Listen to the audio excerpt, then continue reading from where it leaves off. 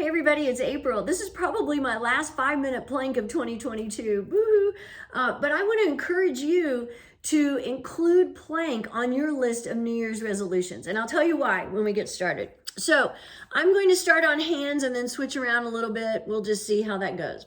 So if you're starting on hands, you're starting in table. Pull your shoulders down your back, lift your upper back, lift your chest. Pull in your belly, come up on your toes, shift your weight forward slightly. The timer has begun. And then once you're in your plank, do everything again. Press into the floor again, separate your shoulders again, pull in your belly, tighten up your glutes, press your heels back a little bit.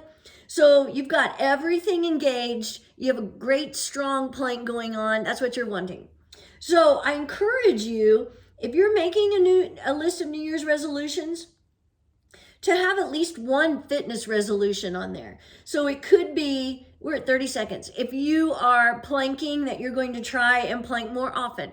Or maybe it's that if you're going to the gym, maybe you go to the gym a little more often. Or you increase your reps. Or if you're going to hot yoga, that you add one more class a week if you can. So just some things to keep in mind, that it's good to have a variety of resolutions, and not just, I want to lose weight, but everything has to be specific.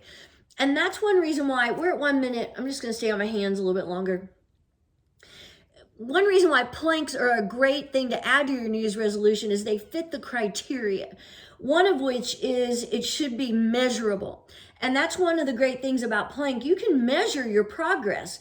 You can start off at 15 or 20 seconds or wherever you're starting, 30, and then you can see your progress as you add on and you get stronger, and planks become a little easier for you because you're getting stronger. We're at 1:30. And that's one of the great things about it, because you can see your progress. It's measurable. Also, maybe you'd say, I'm going to work up to a 2-minute plank or a 2.5-minute plank. It doesn't have to be 5 minutes. And then you start off slowly. Again, see what your time is, the longest you can hold. Add a little onto that. The next week, we're at 2 minutes, so I'm going to switch to my forearms. If you switch, come back to your good plank. Press into the floor again, separating your shoulders, actively pulling in your belly, pressing your heels back, tightening up your glutes. So you've got a good strong plank, even after you switch. So let's see, talking about measuring your goals, that's one of the things that you need to be able to do when you're making a New Year's resolution.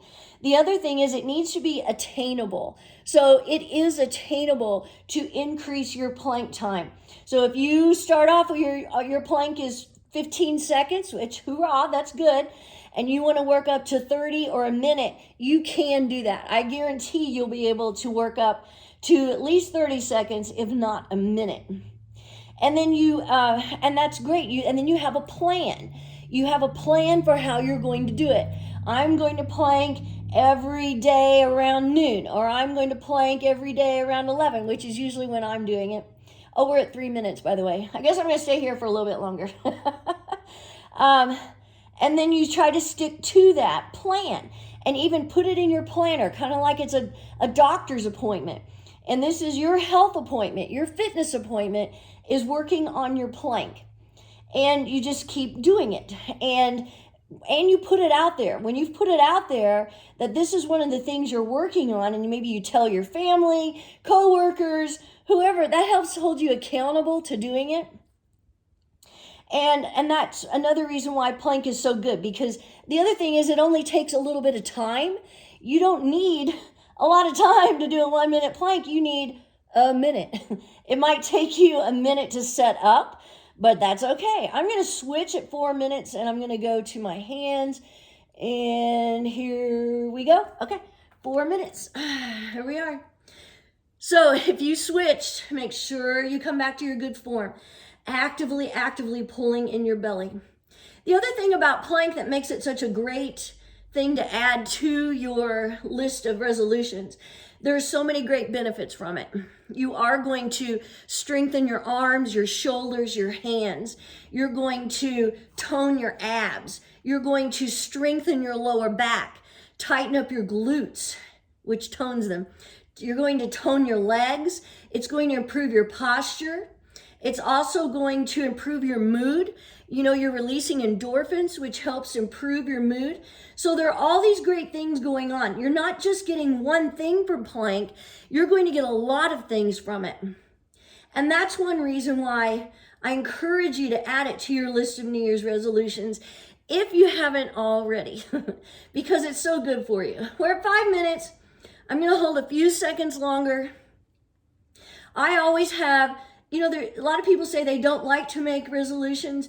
And the thing is, it gets a bad rap because people tend to only do them once a year, and then it falls off around February, and then it just goes by the wayside. But I like the idea that New Year's resolutions are goals, and a new year is a good time to make new goals. So here's to, yay, 2022 is great, but here's to 2023. Woo, we're gonna do some good planks. Have a great day. Happy New Year.